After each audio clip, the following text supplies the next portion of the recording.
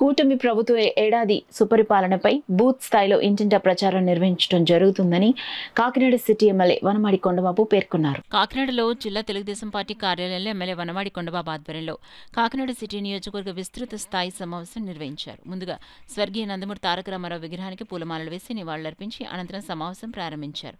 ఈ సమావేశానికి ముఖ్య అతిథిగా సీనియర్ నాయకులు చిక్కాల రామచంద్రరావు, నియోజకవర్గ పరిశీలకులు దేశంశెట్టి లక్ష్మీనారాయణ, సంస్థాగత ఎన్నికల పరిశీలకులు సుర్ల లోవరాజులు పాల్గొని ప్రసంగించారు. ఈ సందర్భంగా ఎమ్మెల్యే కొండబాబు మాట్లాడుతూ అభివృద్ధి సంక్షేమం సమాంతరంగా నడిపిస్తూ కూటమి ప్రభుత్వం పాలన సాగిస్తుందన్నారు.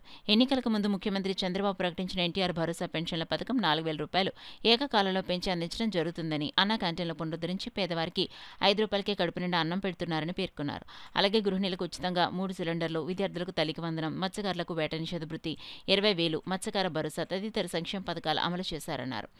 ఆంధ్ర రాష్ట్ర ప్రజలకు కూటమి ప్రభుత్వం ఇచ్చిన మాట ప్రకారం సూపర్ 6 సంక్షేమ పథకాలు అందించడం జరుగుతుందన్నారు. కూటమి ప్రభుత్వం ఏడాది సుపరిపాలనలో తొలి అడుగు కార్యక్రమం జూలై 2వ తేదీ నుండి 30వ తేదీ వరకు నెల రోజుల పాటు ఇంటింటికి వెళ్లి సంవత్సరంలో ప్రజలకు చేసిన సంక్షేమ పథకాలపై ఇంటింటికి వెళ్లి ప్రచారం నిర్వహించి వారి అభిప్రాయాలు తెలుసుకుని ప్రభుత్వానికి తెలియజేసే విధంగా నిజంగా టీడీపీ శ్రేణులు బాధ్యత తీసుకోవాలని పేర్కొన్నారు. ఈ కార్యక్రమంలో టీడీపీ నగర అధ్యక్షులు మల్లిపూడి వీరు, నాయకులు సుంకర తిరుమల కుమార్, గ్రంథి నారాయణరావు, తుమ్మల రమేష్, గదల సాయిబాబా, బచ్చశేఖర్, ఎంఏ తాజుద్దీన్, బోనేపల్లి శ్రీనివాస్, పంతాడి రాజు, పలివెల్ రవి, అనంత్ కుమార్, ఎస్కే రహీం, ఏవిడి వెంకటారావు, ఎంఏ సయ్యద్, సీకోట అప్పలకొండ, గుజ్జు దుర్గలక్ష్మణరావు తదితరులు పాల్గొన్నారు.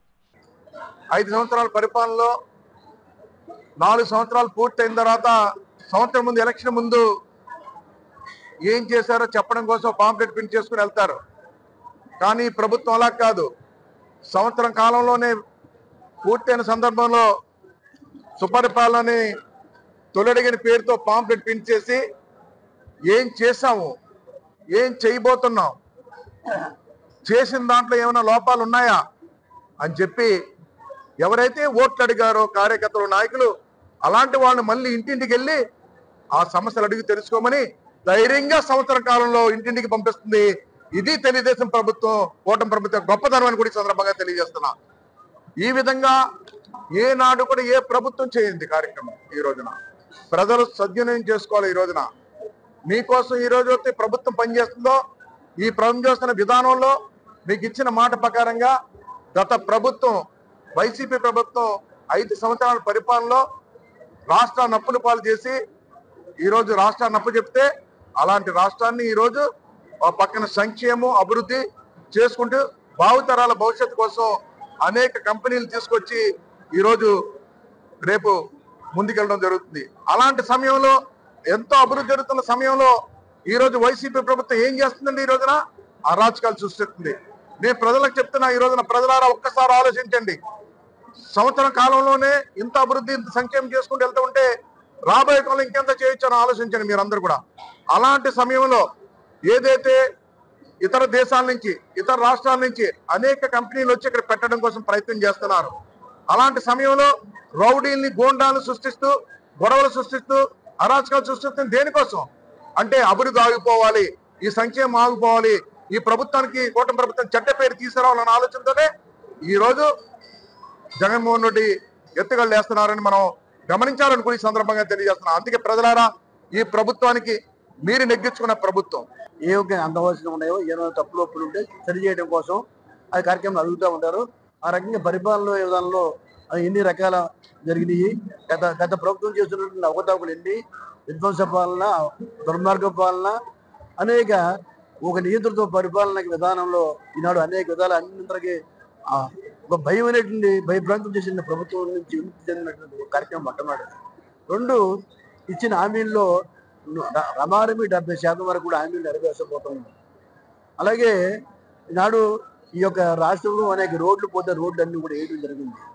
అదే రకంగా ఈనాడు మరి పరిపాలనలో కూడా ఒక సక్రమైన పరిపాలనలో సరైన పరిపాలన చేయడం జరుగుతూ ఉంది.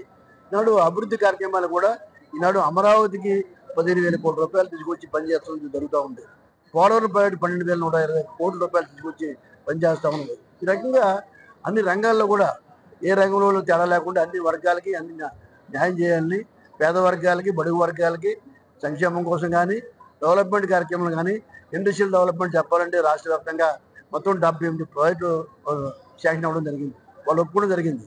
అందులో భాగంగానే 9,20,000 కోట్ల రూపాయలు ఏమవుతుందో దానికి అంత డబ్బు పెట్టుబడి పెట్టి మన ఇండస్ట్రీలు పెట్టబోతుంది ఆంధ్ర రాష్ట్రంలో. దానికి 8 లక్షల మంది ఉద్యోగాలు ఇచ్చే అవకాశం ఉంది. దాని అలాగే నిరుద్యోగం ఏమవుతుందో నిరుద్యోగ వృత్తి కూడా అవసరాన్ని బట్టి నేను 3,000 రూపాయలు ఇస్తాను వచ్చే నెలలో వచ్చే ముందు రోజుల్లో ఇచ్చే అవకాశం ఉంది. ఈ రకంగా ఇవన్నీ కూడా ప్రజల్లోకి వెళ్ళవలసిన అవసరం ఉంది. తద్వారాగా వాళ్ళు ఇచ్చే సమస్యలు కూడా రాసుకుంటారు మా వాళ్ళు. మా కార్యకర్తలు ఎవరైతే ఉన్నారో బూత్ ఇన్ఛార్జీలు ఎవరైతే ఉన్నారో వాళ్ళందరూ కూడా వాళ్ళు ఇచ్చే విన్నపాలు ఏవైతే ఉన్నాయో అన్ని కూడా నోట్ చేసుకుని ఇది అధిష్టానం వరకు పార్టీకి తెలియజేసే అవకాశాలు ఉన్నాయి. కాబట్టి తప్పకుండా కూడా ఈ యొక్క కార్యక్రమాన్ని అందరూ కూడా ప్రతి ఒక్కరు జయప్రదం చేస్తారు. అలాగే ఈ యొక్క ఈ కార్యక్రమానికి ప్రజల సహకారం కూడా పూర్తిగా కావాలని చెప్పేసి నేను కోరుకుంటా ఉన్నాను.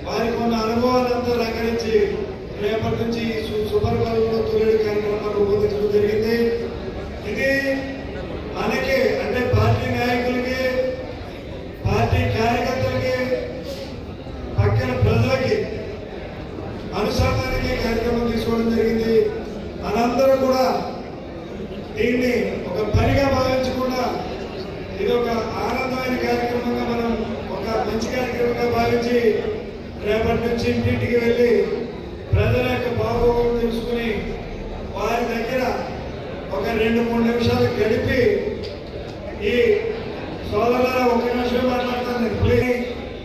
ఆ ఇంట్లో ఆ గృహిణితో అలాగే ఆ ఇంట్లో ఉన్న చదువుకున్న పిల్లలు ఉంటే చదువుకున్న పిల్లలతో నిరుద్యోగులు ఉంటే నిరుద్యోగులతో ముసలి వాళ్ళు పెన్షన్ తీసుకున్నారంటే పెన్షన్లతో అంటే ఇక్కడ ఎన్ని పథకాలు కవర్ అయితే చూసారా?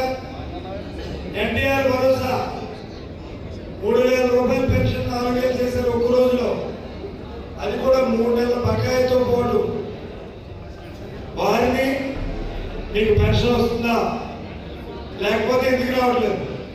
అలాగే గృహిణి అమ్మ చదువుకున్న పిల్లలు ఉంటే చదువుకునే పిల్లలు ఉంటే తల్లికి వందనం వచ్చిందా?